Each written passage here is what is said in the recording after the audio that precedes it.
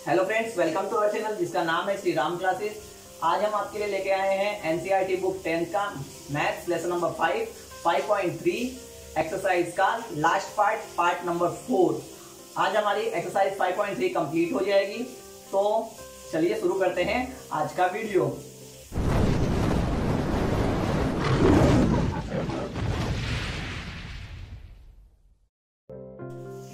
Students, start करते हैं आज का वीडियो 14th क्वेश्चन से। तो एक्सरसाइज का 14th क्वेश्चन जो है उसमें यह कहा गया है कि 0 से 50 के बीच जितने भी ऑड नंबर्स आते हैं आप उसका सम फाइंड आउट कीजिए। तो सबसे पहले तो हम आपको ये बता दें कि ऑड नंबर्स क्या होते हैं। ऑड नंबर्स जानना बहुत जरूरी है, ठीक है। ऑड और इवन दो प्रकार के नंबर होते हैं। इवन नंबर ऐसे नंबर्स होते हैं जो कि 2 के टेबल में आते हैं, 2, 4, 6, 8, ठीक है। ये नंबर जो होते हैं ये क्या होते हैं? इवन नंबर होते हैं, ठीक है। और ऑड नंबर क्या होते हैं जो 2 के टेबल में नहीं आते? 1, 3, 5, 7, 9 डॉट डॉट डॉट, ठीक है, 11, इस तरह से आगे आगे आते जाएंगे। तो अब यहाँ पे हमें कहा गया है कि 0 और 50 के बीच में, तो जैसे कि हमें पता है 52 के टेबल में आता है तो उसके बीच में होना चाहिए, मतलब उससे एक छोटा नंबर, यानी कि 49, ठीक है। यानी 1 से स्टार्ट करना है, 1 3 5 7 जाते जाते 49 तक। यानी 49 हमारा क्या होगा? 49 हमारा लास्ट टर्म होगा, ठीक है। ध्यान रहे 49 क्या होगा? लास्ट टर्म होगा। यानी an 49 हो गया।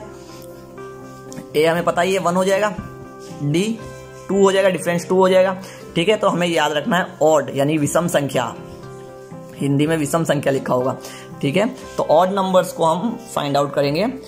तो फाइंड आउट कर लिए हैं, तो अब हम n फाइंड आउट करेंगे, क्योंकि हमें टोटल लास्ट टर्म हमें पता है तो हम n फाइंड आउट कर सकते हैं। तो an का फॉर्मूला लगाएंगे, an is equal to a plus n minus 1 into D. तो an हमारे पास है 49 और a हमारे पास है 1 और d हमारे पास है 2। इस तरह से हम कैलकुलेट करेंगे। जब ये 2 जो है वो इस साइड आके डिवाइड हो जाएगा, 1 जो इस साइड आके माइनस हो जाएगा, ये 1 इधर माइनस होगा तो 48 होगा। फिर यहाँ पे दोनों मल्टीप्लाई में है, ये 2 इधर आके डिवाइड हो जाएगा, तो ये डिवाइड हो जाएगा, तो ये हो जाएगा 24 और n माइनस 1 सिर्फ इधर यही रह जाएगा क्योंकि ये तो इधर आके डिवाइड हो गया, ठीक है ना। तो n minus 1 is equal to 24 हो जाएगा, माइनस 1 इधर आके प्लस हो जाएगा, इज इक्वल टू के इस साइड आकर, तो n इज इक्वल टू हो जाएगा 25। यानी कि कुल मिला के इस एपी के अंदर 25 टर्म्स है, यानी कि हमें 25 टर्म्स का सम चाहिए। तो S25 हमें फाइंड आउट करना है। तो S25 फाइंड आउट करने के लिए हम क्या करेंगे? S25 फाइंड आउट करने के लिए हम Sn का फॉर्मूला लगाएंगे, Sn is equal to n/2 two a plus n minus 1 into D. S25 is equal to 25/2। a की जगह हम रखेंगे 1 जो कि हमें पता ही है, और d की जगह हम रखेंगे 2 जो कि हमें यहाँ पर पता है, हमने फाइंड आउट किया था अभी, ठीक है। तो 2 1 जा 2 हो जाएगा, 24 2 जा 48 हो जाएगा, इन दोनों को प्लस करेंगे 50 हो जाएगा, और यहाँ पे 25/2 तो चल ही रहा है, ठीक है। अब ये 2 को हम कैंसिल आउट कर देंगे, तो ये 25 जार ये कट हो जाएगा, 25 इंटू 25 करेंगे 625 होगा। यानी कि फर्स्ट 25 ऑड नंबर्स का सम जो होगा वो होगा 625। फ्रेंड्स, 15 क्वेश्चन है, बहुत ही बढ़िया क्वेश्चन है। इसमें ये कहा गया है एक कॉन्ट्रैक्टर है, ठीक है। अगर वो काम करने में देरी करता है तो फर्स्ट डे उसको पेनल्टी लगेगी 200 रुपीज। अगर वो 2 दिन काम लेट करता है तो दूसरे दिन उस पेनल्टी में और 50 रुपीज ऐड हो जाएंगे। नेक्स्ट डे उसकी पेनल्टी होगी 250 रुपीज, नेक्स्ट डे उसकी पेनल्टी होगी 300 रुपीज। यानी इस तरह से उसकी पेनल्टी में 50 रुपए पर डे इंक्रीज होंगे। और अगर वो 30 डेज वर्क को लेट करता है तो बताइए उसकी पेनल्टी कितनी होगी, ठीक है। समझ में आ गया होगा क्वेश्चन। तो ए हमारे पास 200 है ही, डी जो है डिफरेंस, जैसे कि बोला गया पर डे 50 रुपीज इंक्रीज होते जाएंगे, तो डी हमारा हो जाएगा 50, ठीक है। अब हमें फाइंड आउट करना है कि 30 डेज के बाद उसकी पेनल्टी क्या होगी। तो सिंपल सी बात है, हमें S30 फाइंड आउट करना होगा। Sn का फॉर्मूला लगाएंगे, Sn is equal to n/2 two a plus n minus 1 into D. अब S30 इज इक्वल टू होगा 15, ठीक है। 15 30 डिवाइड बाई 2 15, ठीक है। 2a की जगह हम रखेंगे 200, n माइनस 1 यानी 30 माइनस 1 29, d जो है हमारा 50 है ही, ठीक है। तो d हमने 50 लगा दिया।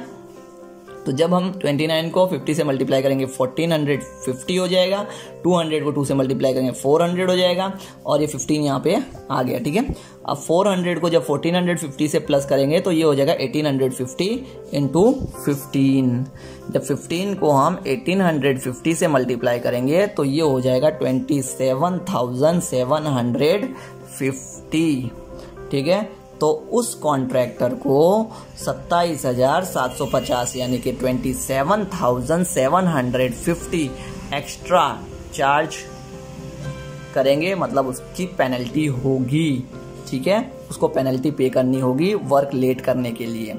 ठीक है, तो ये लाइन हम यहाँ पे लिख देंगे। तो फ्रेंड्स देखते हैं नेक्स्ट क्वेश्चन, क्वेश्चन नंबर 16। इसको थोड़ा समझना होगा आपको कि क्वेश्चन में क्या बोला गया है। देखिए क्वेश्चन में यहाँ कहा गया है कि टोटल 7 प्राइजेस हैं, टोटल 7 प्राइजेस हैं जो कि स्कूल देंगी अपने कॉम्पिटिटर्स को। ठीक है, टोटल प्राइस कितने हो गए 7, यानी टोटल प्राइस 7 है, यानी कि n हो गया हमारा 7। ठीक है, नंबर ऑफ प्राइस जो है 7 है। अब स्कूल ने डिसाइड किया है कि ये 7 प्राइज देने के लिए वो 700 रुपीज खर्च करेंगे। ये 7 प्राइज देने के लिए वो 700, तो टोटल सम यानी कि सबको प्लस करोगे तो 700 आएगा, तो सम ऑफ ऑल प्राइज हो गया 700। ठीक है, और नंबर ऑफ प्राइज हो गया 7, यानी हम ये कह सकते हैं कि ये जो SN जो है ये SN हो गया। ठीक है ना, ये SN हो गया हमारे पास, सम ऑफ ऑल प्राइजेस। ठीक है, अब स्कूल ने ये भी कहा है कि जो फर्स्ट प्राइज होगा उससे सेकेंड प्राइज वाले को 20 रुपए कम का प्राइज मिलेगा, और इसी प्रकार से आगे डिक्रीमेंट होगा, यानी कि फर्स्ट प्राइज जो भी होगा उसमें 20 माइनस हो जाएगा तो सेकेंड प्राइज को मिलेगा, फिर उस सेकेंड प्राइज वाले में से और 20 माइनस कर देंगे तो थर्ड प्राइज वाले को मिलेगा। ठीक है, तो जैसे कि हमने यहाँ पे लिखा है फर्स्ट प्राइज मान लो x है, सेकेंड प्राइज हम x माइनस 20 कर देते हैं, थर्ड प्राइज क्या होगा x माइनस 20 में भी अब माइनस 20 करना होगा तो माइनस 40 हो जाएगा, तो थर्ड प्राइज होगा x माइनस 40। इस तरह से आगे चलता रहेगा। ठीक है, तो हमने a को x मान लिया क्योंकि फर्स्ट प्राइस को x माना है, इसलिए हम a को क्या बोलेंगे x बोलेंगे, और d जो है वो माइनस 20 होते ही जा रहे हैं, तो हमारा जो d है वो हो जाएगा माइनस 20। तो हम SN का फॉर्मूला लगा देंगे क्योंकि हमें SN यहाँ पर दिया गया है और n भी हमें यहाँ पर दिया गया है, तो SN का फॉर्मूला लगाएंगे, SN is equal to n/2 2a plus n minus 1 into D. SN की जगह हम रख देंगे 700, n की जगह हम रख देंगे 7 और a की जगह हम रख देंगे x। ठीक है, और d की जगह हम रख देंगे माइनस 20। ठीक है, सिंपली रखने के बाद 7 यहाँ पे रखा, 7 माइनस 1 हो गया 6, d 20। ठीक है, जो कि माइनस 20 है। ठीक है, माइनस 20 इंटू 6 करेंगे तो माइनस 120 हो जाएगा, और 2x ऐसे का ऐसा ये माइनस हो जाएगा क्योंकि ये माइनस और प्लस माइनस होगा। ठीक है ना, यहाँ पे जो 2 है ये यहाँ पे 700 के साथ जाके मल्टीप्लाई हो गया। अब ये दोनों मल्टीप्लाई में है तो हम ये 7 जो है यहाँ पे आके डिवाइड हो जाएगा 1400 के पास, तो हमारे पास क्या बचेगा, ये वाला टर्म बचेगा 2x minus 120 is equal to 1400 divide by 7। तो हमारे पास क्या आया 200 आया। अब यहाँ पर 120 जो है वो इस साइड आके प्लस हो जाएगा। ठीक है, 200 हमारे पास था, 120 जो है वो इस साइड आके प्लस हो जाएगा, तो वो 200 में प्लस हो जाएगा, तो ये हो जाएगा 320। अब यहाँ पे हमारे पास क्या था 2x था, ये 2x में जो 2 है मल्टीप्लाई में है तो ये डिवाइड हो जाएगा इस साइड आकर, तो ये हो जाएगा हमारे पास x is equal to 320 divide by 2, तो ये हो जाएगा 160। ठीक है, ये हो गया 160। 160 क्या हुआ, x हुआ। x क्या था हमारा, x था फर्स्ट प्राइस। ठीक है, x था हमारा फर्स्ट प्राइस, यानी कि 160 जो है वो है हमारा फर्स्ट प्राइस। और इसी तरह से हमें कहा गया क्वेश्चन में कि सारे के सारे सातों प्राइस बताइए, तो सातों प्राइस में फर्स्ट प्राइस 160 तो 20 लेस करते जाइए, 140 120 100 80 40 60 40। ठीक है, तो ये हो गए हमारे सातों प्राइस। स्टूडेंट देखते हैं क्वेश्चन नंबर 17। इसमें भी थोड़ा सा घुमाकर पूछा गया है, बताया गया है कि क्लास है 1 से लेकर 12 तक।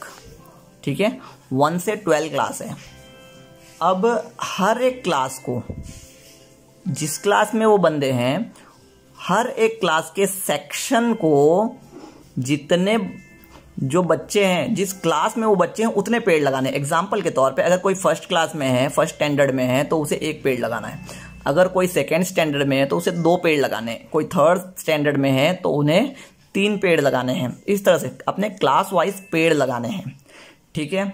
और ये कहा गया है हर एक सेक्शन को, और टोटल ये कहा गया है कि जैसे क्लास 1 है, 2 है, 3 है, मैं बोल देता हूँ कि मैं मान लेता हूँ कि क्लास 1 है, 2 है, 3 है, ठीक है। अब जैसे क्लास 1 है, 2 है, 3 है, तो इसमें क्लास 1 जो है इसके 3 सेक्शन है, ए, बी और सी, यानी first A, first B, first C, 3 section है, ठीक है। तो फर्स्ट सेक्शन जो फर्स्ट स्टैंडर्ड होगा वो कितने पेड़ लगाएंगे, वो टोटल 3 पेड़ लगाएंगे, क्योंकि फर्स्ट स्टैंडर्ड को 1 पेड़ लगाना है एक सेक्शन को, ठीक है। एक सेक्शन को 1 पेड़ लगाना है, तो सेक्शन ए, बी और सी तीनों 1-1 पेड़ लगाएंगे, तो टोटल 3 पेड़ हो गए। इसी तरह से अगर हम सेकेंड क्लास की बात करें तो सारे के सारे सेक्शन जो हैं ए, बी और सी तीनों के तीनों सेक्शन क्या करेंगे, 2-2 पेड़ लगाएंगे, तो सेकेंड स्टैंडर्ड वाले टोटल 6 पेड़ लगाएंगे। इसी तरह से थर्ड की बात करें तो ये लोग 9 पेड़ लगाएंगे। इसी तरह से आगे चलते जाएंगे, ठीक है। तो इसमें अगर हम डायरेक्ट 12 लास्ट टर्म की बात करें तो 12 तो में भी 3 ही सेक्शन है, तो 12 वाले कितने पेड़ लगाएंगे, 36 पेड़ लगाएंगे, 12 इंटू 3, ठीक है। सेक्शन ए वाले 12 पेड़ लगाएंगे, सेक्शन बी वाले 12 लगाएंगे, सेक्शन सी वाले 12 लगाएंगे, तो इस तरह से 36 पेड़ ये लगाएंगे। तो इसी तरह से देखिए हमारी एपी बन जाएगी 3, 6, 9 टिल 36, ठीक है। अब यहाँ पे एन हमारा 12 हो जाएगा, क्योंकि 12 क्लास कितनी है, टोटल 12 ही है, 1 से लेके 12 तक, ठीक है। तो 36 जो है वो 12th टर्म है, ठीक है। तो अब यहाँ पर ए क्या हो जाएगा, ए हो जाएगा 3, ए एन क्या हो जाएगा, ए एन हो जाएगा 36, डी क्या होगा, डी हो जाएगा 3 और एन क्या होगा 12, ठीक है। अब हम यहाँ पर हमें फाइंड आउट करना है कि भाई ये सारे के सारे मिलकर कितने पेड़ लगा रहे हैं। तो कितने पेड़ लगा रहे हैं तो हम सम करेंगे, टोटल करेंगे, तो एस एन का फॉर्मूला लगेगा, S N is equal to N upon 2 A plus L. अब हमें लास्ट टर्म हमारे पास है तो हम लास्ट टर्म वाला फॉर्मूला लगा सकते हैं, लेकिन हमारे पास डी भी है, ए भी है और एन भी है, तो हम दूसरा वाला जो फॉर्मूला है एस का वो भी लगा सकते हैं, लेकिन ये फॉर्मूला छोटा है इसलिए हम इसको लगाए हैं। तो एन हमारे पास कितना है, 12 है, तो 12 लगा दिया, ठीक है। ए 3 है और एल जो है 36 है, 36 को 3 से प्लस करेंगे 39 हो जाएगा, 12 को कटिंग करेंगे 6 हो जाएगा, 6 को हम मल्टीप्लाई करेंगे 39 से, तो ये हो जाएगा 234। तो S12 हमारा हो जाएगा 234।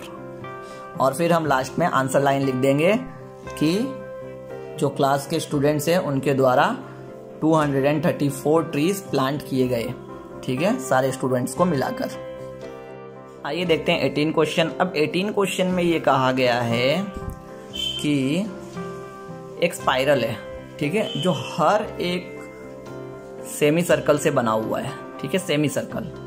तो देखिए हम यहाँ पर अगर देखें तो ये एक सेमी सर्कल है, ठीक है, ये वाला एक सेमी सर्कल, फिर आगे बढ़कर ये एक और सेमी सर्कल बन जा रहा है, ये देखिए ये वाला, ठीक है। तो अब ये जो सेमी सर्कल है इसकी जो रेडियस है, ठीक है, वो 0.5 बोला गया है, ठीक है। रेडियस कितनी बोली गई है, r इज इक्वल टू कितना बोला गया है, 0.5, ठीक है। तो ये हो जाएगी हमारी R1 फर्स्ट सेमी सर्कल की, ठीक है। अब हम देखते हैं दूसरा सेमी सर्कल। तो दूसरे सेमी सर्कल में ये कहा गया कि हाफ ऑफ जो है रेडियस प्लस होती जाएगी, यानी कि R2 जो हो जाएगा हमारा हो जाएगा 1, ठीक है। तो R3 क्या हो जाएगा, R3 हो जाएगा हमारा 1.5, ठीक है, ठीक है। तो इस तरह से रेडियस जो है वो इंक्रीज होती जा रही है।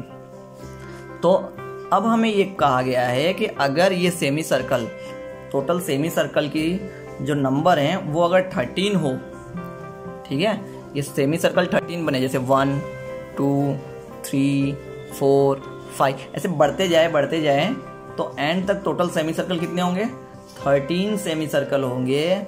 और उन कॉन्जिक्यूटिव 13 सेंटीमीटर 13 सर्कल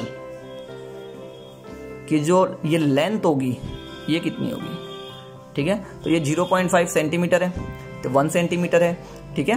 तो ये अब क्या होगा कि हमें सम लगाना होगा, ठीक है, सम यानी कि प्लस करना होगा। तो प्लस करने के लिए इसकी लंबाई यानी लेंथ फाइंड आउट करने के लिए सेमी सर्कल की अगर हमें लेंथ फाइंड आउट करनी होती है तो कौन सा फॉर्मूला लगता है। अभी हमें ये जो सर्कल है इस सर्कल की हमें अगर ये बाहर की ये जो लेंथ है, ये वाली लेंथ, अगर ये लेंथ हमें फाइंड आउट करनी हो सर्कल की तो क्या फॉर्मूला लगेगा, लगेगा फॉर्मूला पेरीमीटर का, ठीक है, पेरीमीटर ऑफ अ सर्कल, ठीक है, सर्कल की पेरीमीटर का। सर्कल की पेरीमीटर क्या होती है? सर्कल की पेरीमीटर होती है 2 पाई r, ठीक है, सर्कल की पेरीमीटर क्या होती है? 2 पाई r। ये तो हो गई सर्कल की बात। अब हमें यहाँ पे क्या बोला गया है? हमें बोला गया सेमी सर्कल, यानी इस सर्कल को आधा कर दो, तो यानी कि इस फॉर्मूले का भी आधा कर दो, फॉर्मूले को 2 से डिवाइड कर दो। जब फॉर्मूले को 2 से डिवाइड कर दोगे तो हमारे पास क्या बचा? पाई r। अब ये पाई r क्या है? ये पाई r है सेमी सर्कल का पेरीमीटर, ठीक है। तो यहाँ पे सेमी सर्कल का हमें पेरीमीटर मिल गया, तो ये रहा, मैंने यहाँ पे लिख रखा है perimeter of semi circle is equal to pi r, ठीक है। तो अब हमें r तो पता ही है, पहले सेमी सर्कल का r हो जाएगा 0.5, दूसरे का 1, तो 1 को पाई से मल्टीप्लाई करोगे तो पाई रहने वाला है, यानी कि हम पाई की वैल्यू नहीं रखेंगे। अभी पाई की वैल्यू रखेंगे तो सिस्टम बिगड़ जाएगा, अभी हम आंसर पाई में ही रखते हैं। तो टोटल हमें कहाँ तक जाना है? मतलब 13 तक जाना है टोटल, ठीक है, 13 टाइम्स तक, और उनको फिर प्लस करना है। तो इसके लिए हम क्या करेंगे? पहले a ले लेते हैं। a क्या हो जाएगा? हमारा फर्स्ट टर्म, ठीक है, 0.5 पाई a हो जाएगा। d, अब पाई में से हम 0.5 पाई माइनस करेंगे तो d हो जाएगा हमारा 0.5 पाई, ठीक है, यानी a2 में से a1 माइनस करेंगे तो पाई में से 0.5 पाई माइनस करेंगे तो क्या हो जाएगा हमारे पास? 0.5 पाई, ठीक है, ये हो गया हमारा d, ठीक है। अब हमें Sn फाइंड आउट करना है, यानी S13 फाइंड आउट करना है। तो Sn is equal to n/2 2a + n - 1 into d। तो S13 फाइंड आउट करने के लिए हम 13 का फॉर्मूला लगाएंगे, n की जगह 13 रखेंगे, रखा। अब a की जगह हम रखेंगे 0.5 पाई और d की जगह हम रखेंगे 0.5 पाई, ठीक है, और ये हो जाएगा 13 - 1 12। अब देखिए 0.5 को जब हम 2 से मल्टीप्लाई करेंगे तो ये हो जाएगा 1, 0.5 यानी 0.5 मतलब क्या होता है? आधा। आधे को 2 से मल्टीप्लाई करेंगे, आधा और आधा 1 होता है, ठीक है, सिंपल लॉजिक लगाओ, मल्टीप्लाई करने की जरूरत नहीं है, आधा और आधा 1 होता है, तो 1 पाई हो जाएगा ये, ठीक है। टोटल कितना है? 12 है। 12 और 12 को हाफ से मल्टीप्लाई करेंगे तो क्या होगा? 12 को हाफ से मल्टीप्लाई करेंगे तो आधा हो जाएगा ना, 6 हो जाएगा, ठीक है, तो 6 पाई, ठीक है, ये हो गया 6 पाई। टोटल यहाँ पे कितनी हो गई? 7 पाई हो गई, ठीक है। और यहाँ पे बाहर 13/2 चलते आ रहा है क्योंकि कट नहीं रहा है, तो ये 7 पाई और यहाँ पे 13/2 मल्टीप्लाई बाई 7 पाई। अब यहाँ पर हम पाई की वैल्यू रख देंगे, यहाँ पे पाई की वैल्यू रख देंगे तो S13 की वैल्यू हमारे पास आ जाएगी, ठीक है। अब अगर हम यहीं पे ऊपर ही पाई की वैल्यू रख देते हैं तो हमारे पाई की वैल्यू कहाँ डिवाइड में आता, ठीक है, और डिवाइड में करते करते हमारा क्वेश्चन जो है लंबा हो जाता और कैलकुलेशन बढ़ जाता। अब कैलकुलेशन हमें सिर्फ यहीं पे करना है, यहाँ पे हम पाई की वैल्यू रख देंगे, तो 13/2 इंटू 7 इंटू 22/7, 7 कैंसिल आउट हो जाएगा, ठीक है, 2 से 22 कैंसिल आउट हो जाएगा, 11 multiply by 13 is equal to 143, ठीक है, तो 143 सेंटीमीटर, ठीक है। The length of spiral is 143 centimetre. Students 19th question को समझने की थोड़ी कोशिश कीजिएगा, थोड़ा सा घुमा के दिया हुआ है। तो देखिए इसके अंदर क्या कहा गया है, इसमें ये कहा गया है कि जो लकड़ी के लॉग्स आते हैं, लट्ठे आते हैं, ठीक है, जो राउंड राउंड होते हैं, आपने देखे होंगे, जो बीच का तना होता है, उन तनों को उन्होंने कहा है, तो जो लकड़ी के लट्ठे हैं, जो तने हैं, उनको क्या करना है? उनको हमें अरेंज करना है, ठीक है, अरेंज करना है। सबसे नीचे वाली लाइन में उन्होंने कहा है कि ऐसे लगाते लगाते टोटल 20 लट्ठे लगाए गए हैं, ठीक है, 20 लॉक्स लगाए गए हैं, मैं लॉक्स बोलता हूँ, ठीक है, 20 लॉक्स लगाए हैं। फिर उसके ऊपर वापस जब ऐसे रख रहे हैं तो इससे एक लॉक कम रखा जाएगा, यानी कि यहाँ पे 19 लॉक्स रखे जाएंगे। फिर वापस से अगली लाइन में 18 लॉक्स रखे जाएंगे। इस तरह से ऊपर ऊपर कम, एक एक कम होता जाएगा और उन लॉक्स को ऊपर ऊपर रखते जाना है। टोटल ऐसे लॉग्स जो हैं हमारे पास, ये जो लॉग्स लगे हुए हैं, ये लॉग्स हैं टोटल 200, टोटल 200, ठीक है।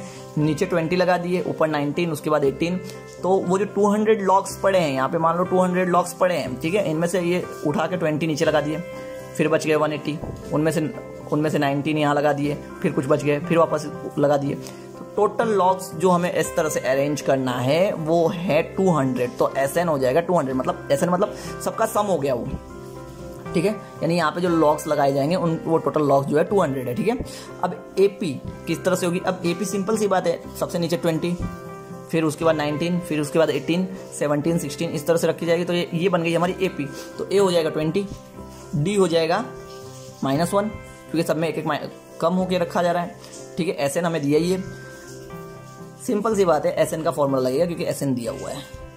ठीक है, तो SN का फॉर्मूला हमने लगा दिया। N हमें फाइंड आउट करना है क्योंकि हमें ये नहीं पता कि कितनी लाइन रखी जाएंगी। हमें क्वेश्चन में यही तो पूछा गया है कि कितने लाइन रखी जाएंगी। ठीक है, कितने रोज होंगे, तो वो रो हम फाइंड आउट करेंगे। ठीक है, उसके लिए हम SN का फॉर्मूला लगाएंगे। SN is equal to N/2 2A + N-1 into D। तो यहां पर हम SN का फॉर्मूला लगाएंगे। ठीक है, SN is equal to N/2 2A + N-1 into D। 200 is equal to N हमारे पास नहीं है क्योंकि N ही हमें फाइंड आउट करना है, क्योंकि यहाँ पे कितने जो रोज लगेंगे, कितनी लाइन लगेगी वो हमें बतानी है। तो जो N होगा वही हमारा आंसर होगा कि इतने लाइंस लगेंगी। ठीक है, और फिर बाद में पूछा है कि सबसे ऊपर वाली लाइन में एंड लास्ट लाइन जो होगी उसमें कितना लगेगा। तो जितना N आएगा हम उतना AN फाइंड आउट कर लेंगे। ठीक है, देखिए फिर समझते हैं आगे। तो A की जगह हमने 20 रख दिया, D की जगह हमने -1 रख दिया। ठीक है, तो ये हमने अंदर मल्टीप्लाई किया, ये हो जाएगा 220 × 2। अब इसको मैंने इस स्टेप में नहीं, इस स्टेप में मल्टीप्लाई किया है। ठीक है, तो वो आप चाहो तो यहाँ पे भी कर सकते हो, कोई नहीं। तो ये -1 को हम यहाँ पे मल्टीप्लाई करेंगे तो -N हो जाएगा, -1 को -1 के साथ मल्टीप्लाई करेंगे +1 हो जाएगा। ठीक है, और फिर हमने इसको मल्टीप्लाई किया, यहाँ पर ये स्टेप एक बढ़ गया है। ठीक है, तो यहाँ पर हम क्या करेंगे, ये जो +1 है और ये जो 40 है, दोनों नंबर है तो ये दोनों प्लस हो जाएंगे और ये -N यहाँ पे रह गया। अब क्या होगा, ये जो N है ये अंदर मल्टीप्लाई हो जाएगा, N अंदर मल्टीप्लाई होगा तो क्या होगा 41N - N² is equal to 400 तो चलते आ रहा है। ठीक है, अब क्या होगा, ये N जो स्क्वायर जो है वो माइनस में है, इसको हम इस साइड ले आते हैं तो ये प्लस में हो जाएगा, इसको भी इस साइड ले आते हैं तो ये माइनस हो जाएगा।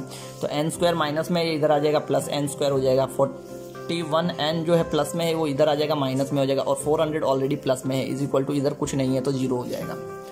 ठीक है, अब इसका करना है फैक्टराइजेशन। सिंपल सी बात है, फैक्टराइजेशन हम पिछले भी 2-3 क्वेश्चंस में सीख चुके हैं। तो फैक्टराइजेशन करेंगे तो हमारा इसको स्प्लिट करेंगे कि 2 नंबर ऐसे मल्टीप्लाई करने पर 400 आना चाहिए और माइनस करने पे -41 आना चाहिए और पॉजिटिव 400 आना चाहिए। तो 16 25 400 होता है और माइनस माइनस दोनों को लेंगे तो माइनस माइनस को मल्टीप्लाई करेंगे तो पॉजिटिव 400 होगा और माइनस माइनस को प्लस करेंगे तो -41 हो जाएगा। ठीक है, तो N² - 40 N² - 16 N - 25 N is equal plus 400। ठीक है, तो अब यहाँ पर कॉमन निकाल लेंगे, कॉमन निकाल लिया, यहाँ पर N कॉमन निकल गया, यहाँ पे 25 कॉमन निकल जाएगा तो N - 16 यहाँ पे बच गया। ये दोनों ब्रैकेट सेम हो गए, इन दोनों ब्रैकेट को एक बार लिख लेंगे और जो बचा हुआ ब्रैकेट है वो भी यहाँ पर लिख लेंगे।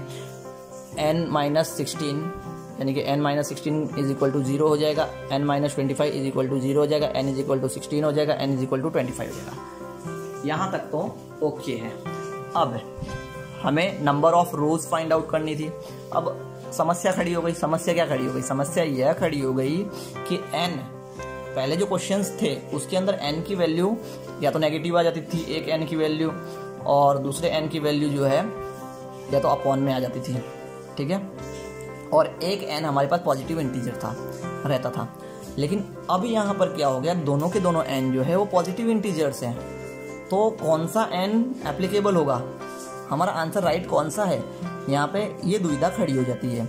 अब इस दुविधा को समाप्त करने के लिए सबसे पहले हमें A16 और A25 निकालना होगा। अब ये A16 और A25 क्या है, पहले तो हम ये देख लेते हैं। देखिए, अब ये जो लॉग हमने लगाया था तो ये हमारा A1 हो जाएगा। ठीक है, ये हमारा A1 हो जाएगा, ये हमारा A2 हो जाएगा, ये हमारा A3 हो जाएगा। ठीक है, इस तरह से A4 यानी first term, second term, third term, ठीक है, फोर्थ टर्म, जो कि हमने अभी यहाँ पर AP में लिखा था 20 A1 A2 A3।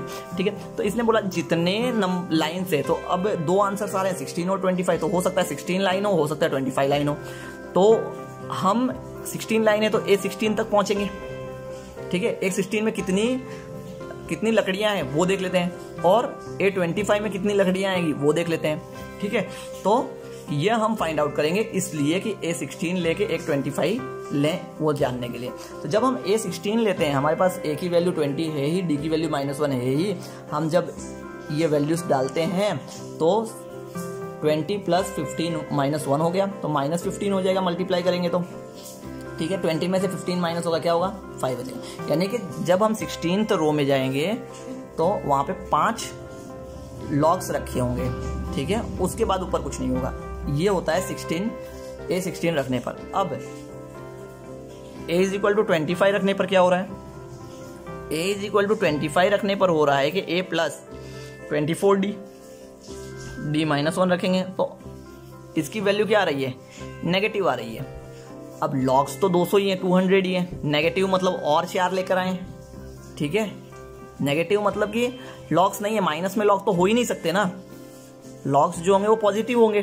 तो इसलिए हम इस वैल्यू को निगलेक्ट कर देंगे, क्योंकि लॉग की जो नंबर ऑफ लॉग्स आ रहे हैं, भले ही यहाँ पे पॉजिटिव इंटीजर आ रहा है परंतु नंबर ऑफ लॉग्स जो है वो नेगेटिव आ रहा है, तो हम इसको निगलेक्ट कर देंगे और हम आंसर लिख देंगे कि there should be 16 rows and there is 5 logs on the topmost row.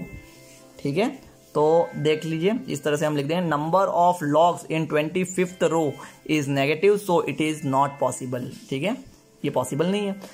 200 log can be placed in 16 rows. ठीक है, 16 रोज, N16 आया था हमारा। ठीक है, N16 आया था, 16 रोज में प्लेस किया जा सकता है। And the number of log in last row यानी 16th रो में 5 होंगे। 5 करते हैं 20th क्वेश्चन। 20th क्वेश्चन में हमें एक गेम दिया गया है। इसके अंदर हमें क्या बताया गया है? हमें कहा गया है कि एक लड़की यहाँ से स्टार्ट करेगी और पहले फर्स्ट पोटैटो लेगी और फिर जाएगी, फिर सेकंड पोटैटो लेगी फिर जाएगी, फिर थर्ड पोटैटो लेगी फिर जाएगी। मतलब पोटैटो लेकर वह वापस अपनी ओरिजिनल पोजीशन पे जाएगी। इस तरह से वो टोटल 10 पोटैटो लेकर जाएगी।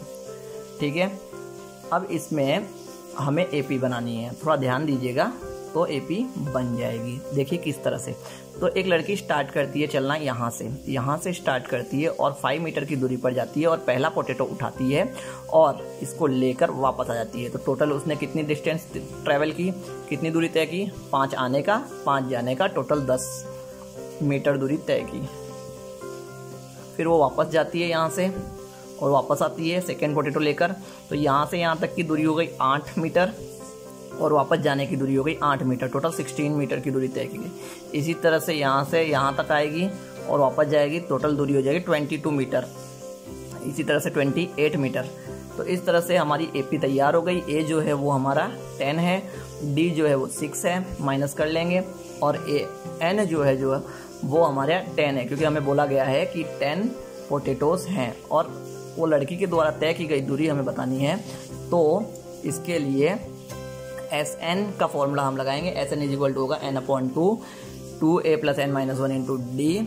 तो टोटल 10 पोटैटो है, तो 10 रखेंगे ऊपर, नीचे 2, और A की वैल्यू जो है वो 10 है इसलिए 10 रख देंगे, D की वैल्यू 6 है इसलिए 6 रख देंगे।